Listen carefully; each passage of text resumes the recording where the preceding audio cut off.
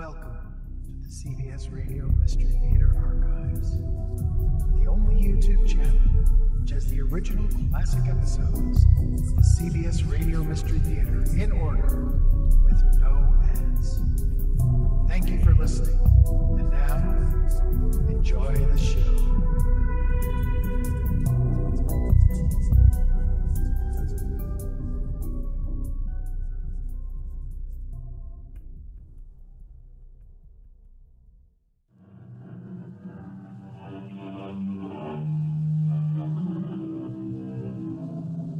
Come in. Welcome. I'm E.G. Marshall, inviting you to share another adventure in the macabre. All great writers, at one time or another, have written a mystery story. The unknown and the unexplained are intriguing. Their worlds limitless. We are more aware of that now because of ESP and psychokinesis. The effect of thought on material objects lends credence to many an old wives' tale. Henry James anticipated one of them in 1892 in his story, Sir Edmund Orme. Our adaptation of this classic begins in Boston, but it was in a church on Martha's Vineyard that Mrs. Marsden first spoke openly to David Delano. You saw him? Yes, Mrs. Marsden. He came into the pew and sat next to Charlotte. And then he walked to the center aisle of the church and walked away from the pulpit and out. Odd, no one else paid him any attention. Because no one else could see him, Mr. Delano. I beg your pardon. But you see him again. Because you're in love with my daughter.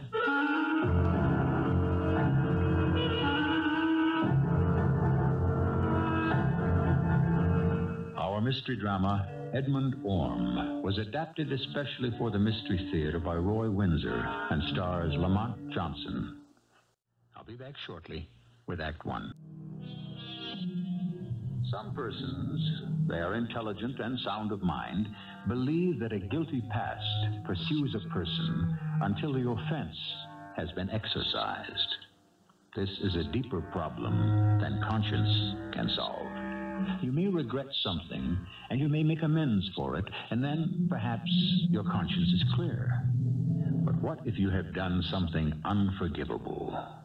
What if the person you have harmed is dead? Is it in his power to make you suffer because you can never make amends? It was a warm Sunday afternoon in mid-October in 1890. Most of the strollers had left the Boston Common to go home for tea when Mrs. Marsden said, Really, Charlotte, I'm all right. A bit tired, nothing more. But, Mother, you have that pale... Walk on with Mr. Clement. Mr. Delano will sit with me on the bench. We'll follow shortly. You don't mind, Mr. Delano? Certainly not. You won't be long, Mother. 5 minutes, no more. All right. Do watch over Mother, Mr. Delano. You and Charlotte have an unusually close relationship, Mrs. Marsden. Oh, I'm devoted to her, of course. And she is vain about your appearance. I would be, too. You're a beautiful woman. Oh, thank you. An unusual young lady. We are both a little strange. Have you recovered? Oh, yes. Yes, it's left me. The fluttering. Heart? Oh, no. Oh, I'm glad to hear that. Well, Charlotte has set the young men of Boston on their ears. Are you in one of the professions, Mr. Delano? No, I'm a shipping broker. My friend John Clement is an attorney. Will you stay in Boston through the fall, Mrs. Marsden? Oh, for a few weeks more, perhaps, with a side trip to Martha's Vineyard. Our friends, the Tompkins, have asked us for a weekend before we return home to Providence. Of course, you'll stay for the Elliott's ball. Oh, Charlotte is looking forward to it. It's a grand occasion. You and Charlotte will make it something special. May I call on you in Providence sometime? If business brings you our way, of course. I'll be pleased to see you again. And Charlotte? Of course. But you know that better than I, Mr. Delano. I really don't. She's a bit of a coquette, you know. Don't say that, please. I don't like the word, Mr. Delano. It's cheapening. Oh, I didn't mean it in a disparaging way. Forgive me, please. Granted. As you must know, a coquette deliberately attracts men, but without affection. And that's why they're always punished. Punished? May I ask how you know that, Mrs. Marsden? I was a bad girl myself. And you were punished?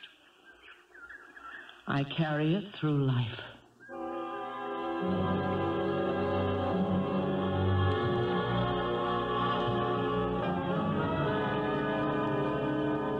You are badly infected, David, my friend. You love Charlotte, of course. Or is it the mother who is attracted to you? No, but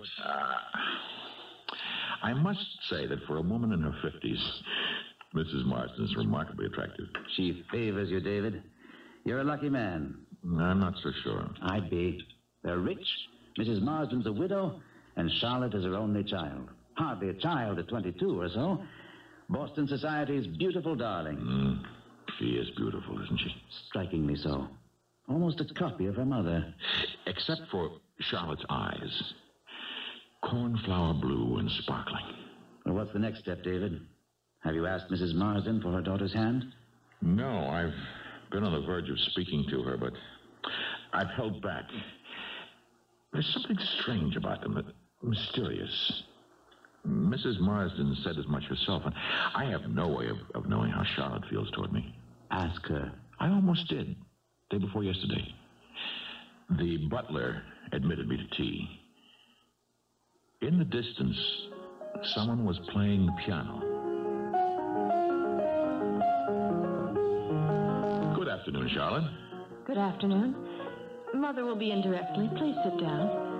Will you have tea? Well, I'll wait for your mother. She is an accomplished pianist. Yes, Mother plays well. After one of her so-called flutters, music transports her. Well, that was last Sunday. You were very kind to sit with her, David. Thank you for your attention. My affection for both of you is genuine and deep, if I may say so. You have. What are these flutters, do you know? Oh, they're not physically caused. Mother's in good health. Then how do you explain them? I can't, and Mother won't talk about them. She has one every so often and turns pale and her eyes cloud over. Then it's gone. Sometimes it's months between them. May I say what must be obvious to you, Charlotte? I'd rather you didn't. Well, perhaps it is presumptuous, but... Hello, Mr. Delano. How very nice that you could stop by. Thank you for the invitation. Shall I pour, Mother? Yes, if you please. Oh, do sit down, Mr. Delano. Such a civilized custom, afternoon tea and cakes. Well, have you been having a good visit? Very. And I enjoyed listening to you play the piano. It gives me a great deal of pleasure. I should be lost without music. May I serve you, Mrs. Marsden? Oh, not quite yet, thank you. May I ask when you're leaving for the vineyard? This weekend, isn't it, Mother? Ah, we'll miss you. Do you know the vineyard, Mr. Delano? Quite well. Yes, John Clement's parents have a home there. I have been their guest on occasions. Wouldn't it be jolly if Mr. Clements and you Mother. could... Perhaps you're right, Charlotte. Well, it's a good idea all the same, unless it would offend you, Miss Marsden? Certainly not. What you do is hardly my concern. And Mr. Clements is amusing. Now, Mother, will you have the tea? If you please. Oh, let me serve you, Mrs. Marsden. Thank you. There you are. Mother, dear, what in the world is the matter with you? You really should have a steadier hand, Mr. Delano. Oh, let me pick up the pieces. Your gown is ruined, Mother. I'll ring for Stevens. And so you never had a chance to pop the question. At the moment I was about to, Mrs. Marsden entered the room, and there was the matter of the dropped teacup. An accident. I can't explain it. I have a very steady hand. I offered cup and saucer to Mrs. Marsden. She took it and let it go. What distracted her? Nothing. She simply dropped it, and she didn't move. Even with hot tea splashed on her dress? She didn't move. Her face was ashen. Her eyes were glazed over. She had the same look as she had last Sunday when she asked me to sit with her on the bench. Do you remember? How strange. Is Mrs. Marsden all right in the head? Maybe not. There is something else about that tea incident that I forgot to mention. Oh? After Mrs. Marsden said I should have a steadier hand, there was a look in her eyes, deep beneath that glazed, staring look that seemed to say, make believe it was you who dropped the cup. Make believe it was you.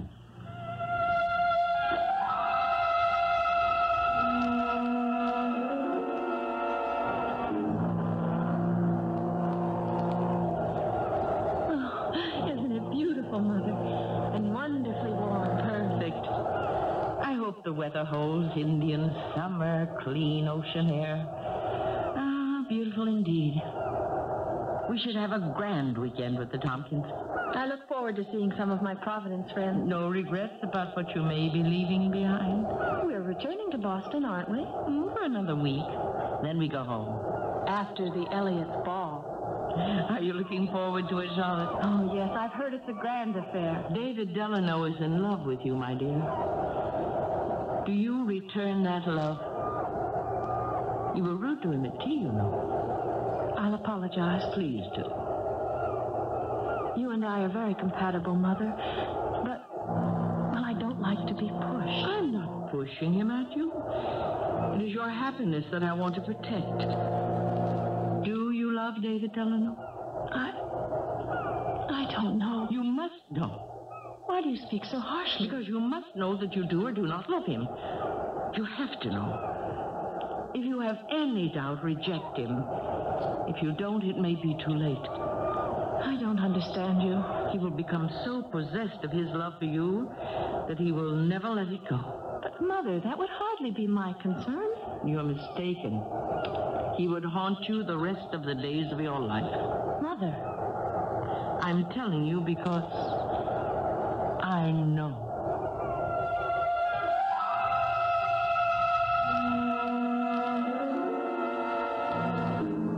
Well, Mrs. Marsden. Oh, what a pleasant surprise. So you took my suggestion. I agreed to it after John Clements insisted on a last visit to the vineyard. And, of course, he's encouraged because Charlotte finds him amusing. He is a fine young man, but Charlotte's affections lie elsewhere. If they do, I'm unaware of it. You see, I know. Has she said as much? No, but I know. May I ask how you know? First, forgive me for blaming you for dropping the teacup. I dropped it, as you know. For a moment, I lost control of myself. That does not happen infrequently, does it, Mrs. Marsden? I'm referring to those nasty flutters of yours. Oh, they're real enough. At any rate, I was rude to you, but sometime I think you'll understand and make allowances for me. You grow more and more mysterious. I have a deep presentiment about you, Mr. Delano.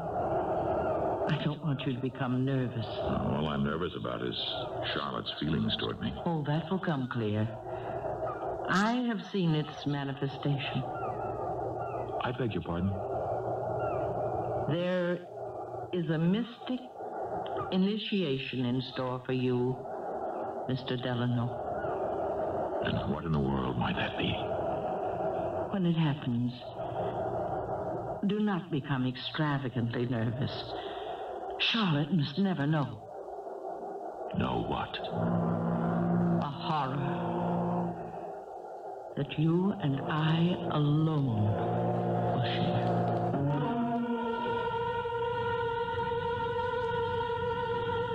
And there, briefly, we leave David Delano aboard the ferry for Martha's Vineyard, trying his best to make heads or tails out of Mrs. Marsden's strange remarks.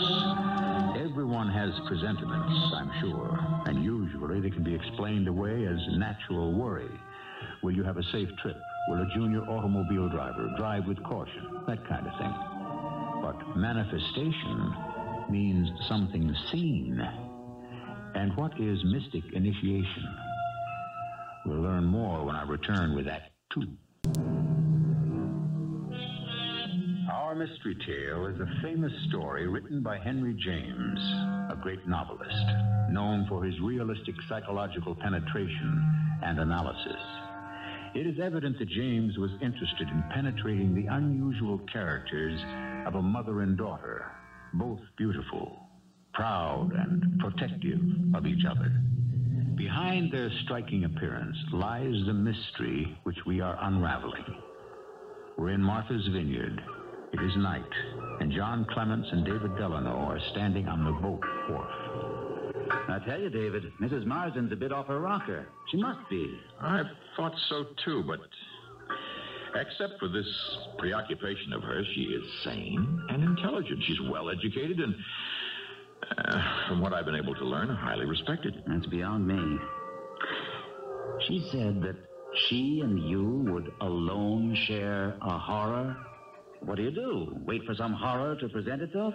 I don't take it seriously, but it worries me for Charlotte's sake. She doesn't know about it, and she's not to. You understand? Of course. Now, she loves you, David. She's afraid of you. Afraid? Oh, how can she be? Afraid of her own feelings. She's had many attachments, I'm sure, but I think her feelings for you are much deeper. I've about given up. I wish I were back in Boston. Don't despair. And don't forget the party tomorrow night at the Tompkins. Church in the morning. Everyone will attend. We'll walk on the beach, take a sail if you'd care to, and then we'll go to the party. I have no appetite for that, John. The party, I mean. Use the occasion to state your position. Speak to the perverse Miss Charlotte. Find out where you stand. And if she says no? Bow, say thank you, and goodbye. Then back to Boston we go. You're free. And you'll be free from that horror you're supposed to share with Mrs. Marsden. Nonsense, of course. I wonder if there is something to what Mrs. Marsden said.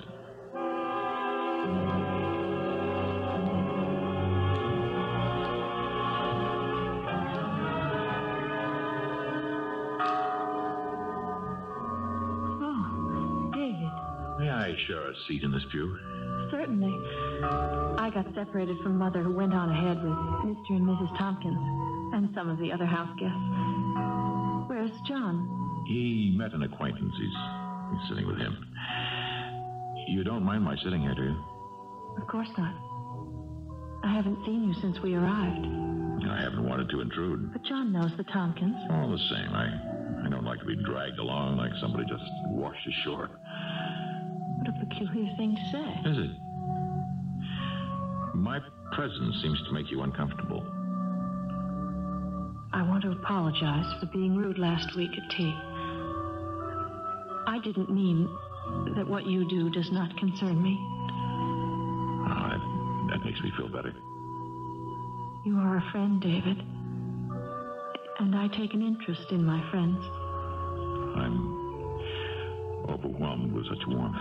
Here's a prayer book, if that's what you're looking for. Oh, thank you. Oh, handed it to him. I'll share yours. What? Hand him the prayer book. Him? What are you talking about? Oh, my God.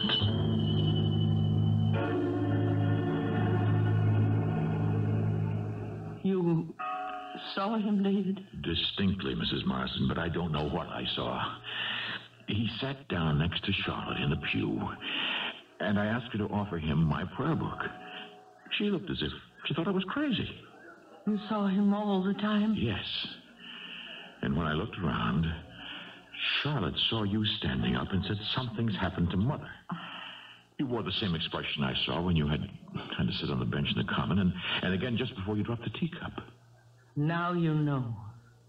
I know nothing. What I saw was a handsome young gentleman, his hands crossed on his cane, dressed in fine, old-fashioned clothes. I was surprised when he left the pew. No one else saw him. What? Oh, but he was as plain as day. To you and to me.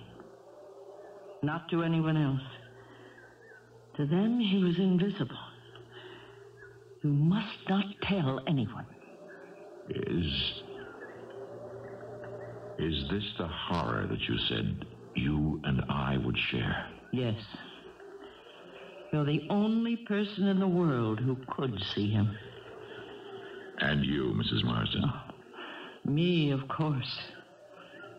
What does it mean? It's my curse. Charlotte's the life of the party. I should have known. This is not the place or the time to declare myself. She'll quiet down. With all those young men dancing attendance, I think not. If it won't offend you, John, I think I'll slip out and walk by the shore. As you please. But I think you're making a mistake. Oh, good evening, Mrs. Marsden. Good evening. May I speak with you alone, Mr. Delano? Excuse me, David. Think over what I said. Yes, Mrs. Marsden. May I ask you a question? If I may ask you one. Oh, we'll have to come to that, I suppose. We will. For a reason that isn't even vaguely clear to me, Mrs. Marsden, I've been caught up in a series of incidents which I find puzzling and disturbing. Why me? And who was the phantom? I have no better word to describe him. He is invisible to everyone except you and me. May I ask my question? What is it? Are you in love with my daughter? Almost everyone is, Mrs. Marsden. No, please don't be flippant. I know the answer, of course. Well, then why ask the question? But how you can know escapes me. Am I transparent? You saw him? The gentleman in the pew in the church. Did you feel it was inevitable that you should see him? You use extreme words. I knew you'd see him as soon as you should really be in love with Charlotte. I have no idea what you're talking about. It was a test. A test? You'll see him again. I have no objection, but I shall take more interest in him if you tell me who he is. I'll tell you if you'll tell me what you said to Charlotte in church. I said nothing that was the least out of the way. Are you very sure? I don't know what made me keep quiet. Well, that was quite enough for him. It isn't what you say that makes the difference. It's what you feel. That's what he goes by. And who is this mysterious he? You must tell me. His name is EDMUND ORME. I never heard of him. And it is unlikely that you should have. He was dead before you were born. Mother? He's by her side. By Charlotte's side. Don't look at him. Don't notice him. Never. What plot are the two of you hatching? I've been asking your mother for your hand. Oh, indeed. And has she given it? She was just going to when you appeared. Do you like Mr. Delano, Charlotte? It's difficult to say before him, isn't it? Why are you staring at us? What on earth is the matter with you? You've both such odd expressions on your faces. Well, one would think you'd seen a ghost. Go tell the others I'll be along soon. And you, are you coming? Mr. Delano. I'll be waiting inside, Mother. I feel faint. Now, you know my life. This is a dream. Or a grotesque joke. The man sat next to her in church, and when she walked over to us just now, he was at her side. And she didn't see him. Who is EDMUND ORME? A man I wronged long ago. He's very young. He was born before I was. And he's dead. He appears in order to punish you, Mrs. Marsden. Oh, I'm beyond that. No, he's intent upon my daughter. The sins of the mother? Is that it? Please, I want to understand. How can you when I myself don't really understand? What harm can he do? No physical harm, surely. He absorbs my attention and reminds me of a past I cannot escape. My senses become numbed. I appear to others as distracted or unbalanced. It is a life of torture. And because I love Charlotte, I now share the presence of Edmund Orme. Yes. I still don't really understand any of this, Mrs. Marston. You love Charlotte. Edmund Orme appears to me in Charlotte's presence to punish me for the past. He appears to you as a warning. A warning of what? The fate that befell him and which might befall you.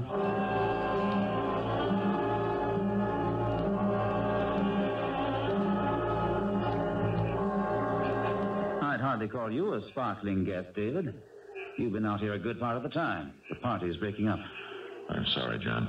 You're a picture of despondency. As your co-conspirator, can you tell me what Mrs. Marsden said that has so depressed you? I will later. I'll go say my good nights. Follow along. Don't stay out here too much longer. Good night, John. Good night, Charlotte.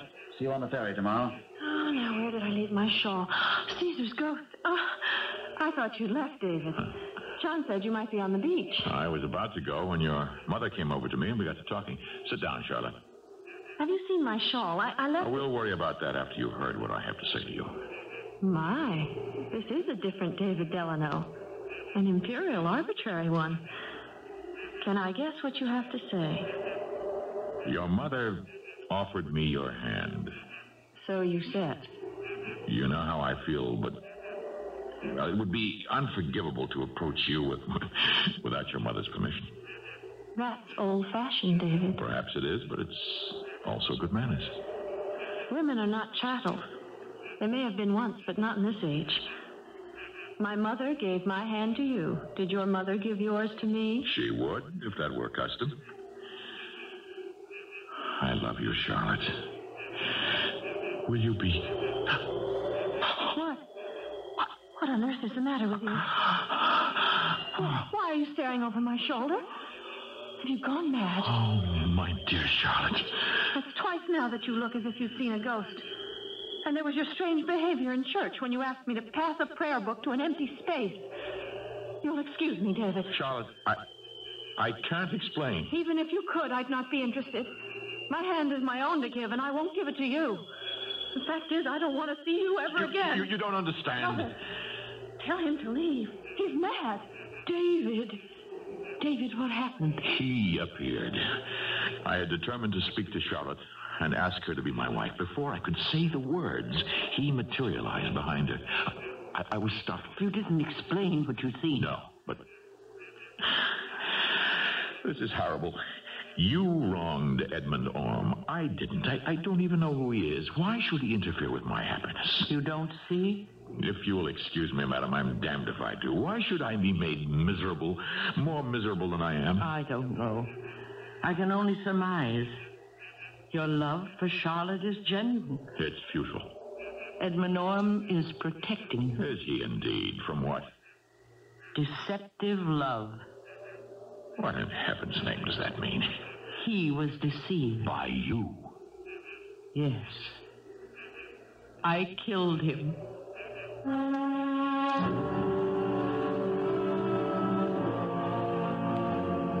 There is considerable evidence, a lot of it recent, that puzzles the so-called pure scientists who heretofore have dismissed the occult with a smile of disbelief. Writers have always been intrigued by the possibility that there is truth in everything, from legend to healing by the laying on of hands. The evidence is there. What we are listening to, then, may be very real. Consider that when I return shortly with Act 3. We've become involved with a specter, a visible disembodied spirit who appears only to Mrs. Ann Marsden and young David Delano. Henry James spun the story before the turn of this century, not only to entertain, but to make a point. The point remains obscure to Mr. Delano. All he knows is that the specter of Edmund Orme continues to stand between him and his love for Mrs. Marsden's daughter. Mrs. Marsden suspects the point. She is being punished through her innocent daughter. It is after breakfast in John Clement's house on Martha's Vineyard. Could it have been an hallucination? Call it what you will, John. You've had an extraordinary experience. You do believe what I've told you? Oh, yes. I'd like to disbelieve all of it. So should I. This Edmund Orme appears only to Mrs. Marsden and to you when Charlotte is present? That's right. I've given you the instances. Then I'd stay away from her. That's what I've decided to do. At least for several months. Mother and daughter will be back in Providence within a week. I can't really understand any part of this, John. Can you? Perhaps. Mrs. Marsden told you she'd killed the man. That may be an exaggeration. Whatever she did to him, his shade won't let her forget the wrong done to him. We know that. Go on. Charlotte is a beautiful and intelligent young woman. We also know that. You come along and love her deeply. Edmund Orme appears. And when he does, his presence makes you appear to be an imbecile. Now, how could Charlotte take you seriously when, as you are about to propose, you glaze over and lose your wits? She couldn't. Very well. Maybe that's Edmund Orme's point.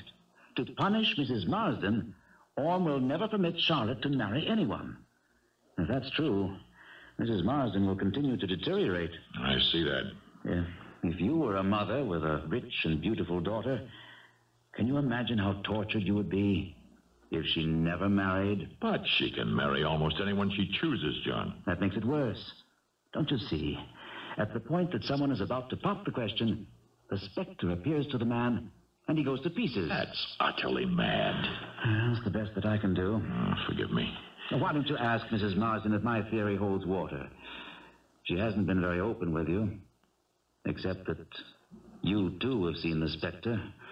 I'd nominate her for an asylum. How unfair all this is to me and to Charlotte. Assuming she returns my feelings. And you don't know that, do you? I feel it.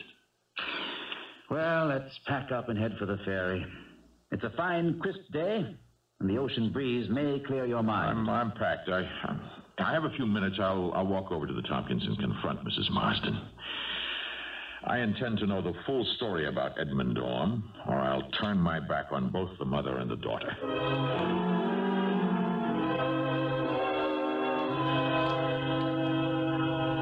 To answer your first question, yes. Others who have been in love with Charlotte may have seen him, but they have not loved her as you love her. Did they speak to you about the specter? Oh, no. No, but they turned away from us. I won't do that, Mrs. Marsden. Bless you for that, David. It must have been agonizing for you. And puzzling and hurtful to Charlotte. She told me that you were on the verge of proposing when you began to act very strangely. Have I any hope with her? Any chance? That you may have is what I long for, what I pray for. Thank you. I believe it will all pass if she only loves you. It will all pass. I mean, we shall be rid of him, that we will never see him again. If Charlotte loves me, I don't care how often I see him. You take it better than I could. You said you killed him. I want the story, Mrs. Marsden. I have a right to know. I broke his heart, and he took his life. He loved you deeply. We were to be married. The engagement had been arranged by my mother and older sister. Edmund Orme was a fine man. He loved me. At the last moment, I realized that I didn't love him. You jilted him? Yes. I fell in love with Major Marsden.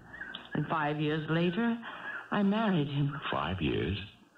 Oh, they were years of torment. I was responsible for the death of Edmund Orme. It was after my husband, the Major, died that I began to see him. Go on. Edmund Orme always appeared with Charlotte. It began 7 years ago. Sometimes weeks, and then months would go by before he'd materialized. You're being made to pay for the suffering you inflicted on Edmund Orme. And Charlotte? My guess is that because you trifled with his affections, he expects your daughter might behave the same way. He watches her so that she might suffer if she should do an equal wrong. You should tell Charlotte. I am too ashamed to. You have no other recourse, Mrs. Marston. By shielding her, you're cutting her off from a natural life. Charlotte has done no wrong. She might. Now, that's the point that the specter makes. He'll disappear only when Charlotte is honestly in love with someone. Until then, she will be suspected. This is an ugly thing that hangs over the three of us. We have to remove it somehow.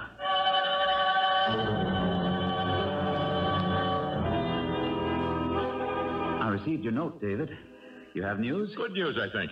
Read Mrs. Marsden's letter. It's brief and to the point. Yesterday, I spoke to Charlotte about you, and tears came to her eyes. He was there, of course, but I didn't look at him, and I didn't get into a flutter. She loves you, David, I am certain. You and only you. I'm arranging a small party for the weekend, and you and your friend, Mr. Clements, are invited. There is no need to acknowledge this note. I will expect both of you, and I hope that you will pay the visit. Why me? So that if I'm disappointed, I won't throw myself into Narragansett Bay. Well, let's do it. Thank you. You were right, you know. About my theory? To a point. Your point about retributive justice is closer to the mark. Edmund Orme won't permit Charlotte to marry without love. If she does, she will be punished as her mother has been for all these years. Well, I'll make the train arrangements. I look forward to our adventure. I look forward to seeing Charlotte, but I dread seeing him again. I'm afraid of that specter, John. Because he's both jury and judge. He holds the fate of three of us in his hands.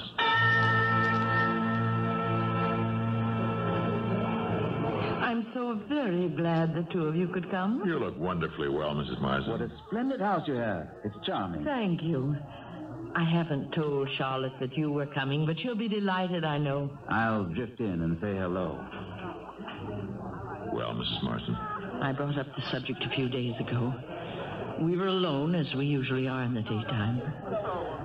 I asked her about you, Dave.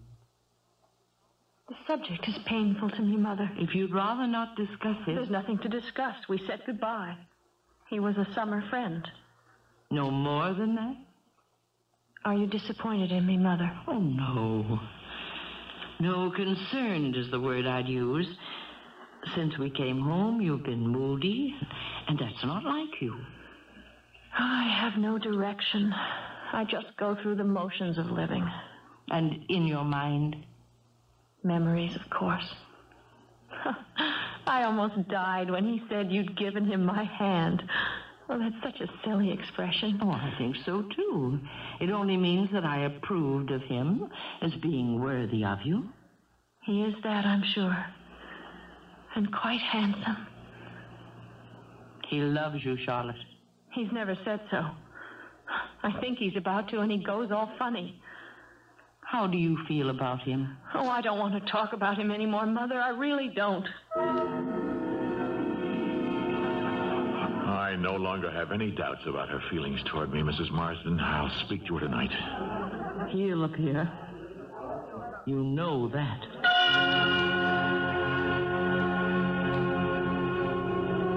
David. My darling Charlotte. You're what? I've been in love with you since we first met, and now I know that you love me, and that is all that matters in the whole world. You do return my love, don't you? Hush. Someone's watching us from the corner of the room. See him? The one in the evening dress? Oh, I don't like the way he looks at me, David. David, come quickly. It's Mrs. Marsden.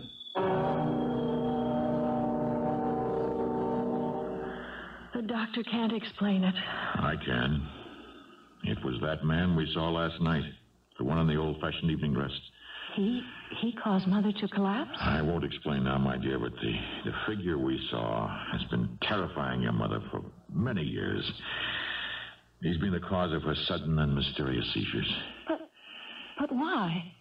Without your mother's permission, I hesitate to tell you. Love me as I love you, and all will be well.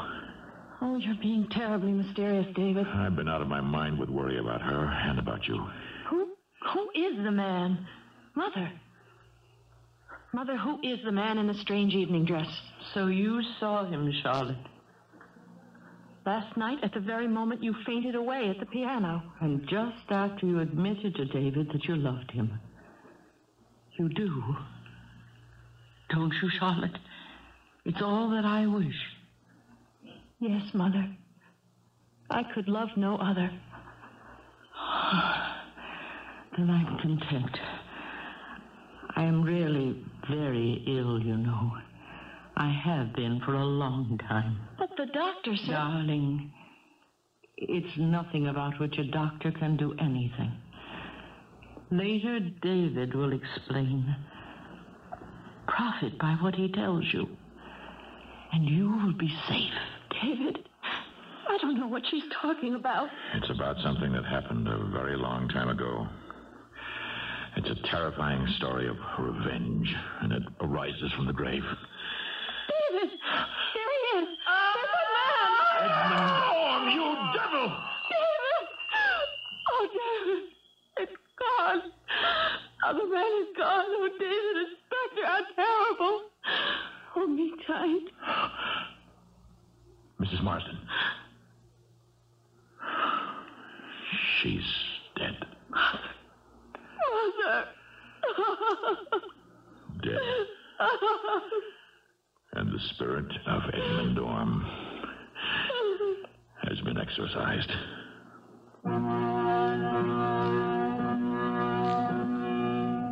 The story of an apparition, of a specter, a story of literal bedevilment.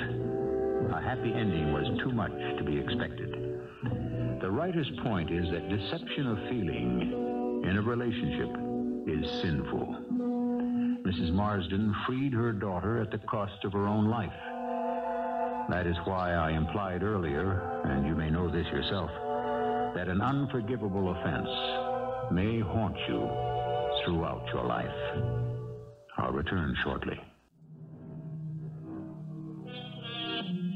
Punishment comes in many forms. You may be fined or imprisoned, even lose your life.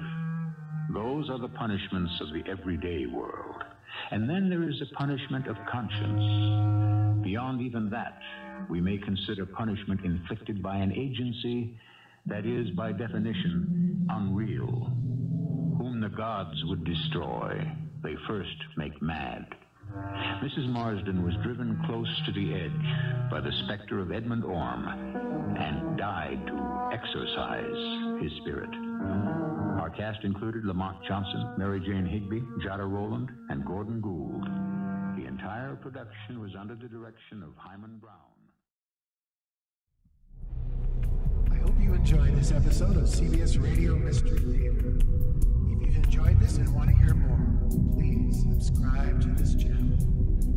You can also visit my other YouTube channel by searching Mr. Brian McCarthy in the YouTube search bar. Until then, thanks for listening.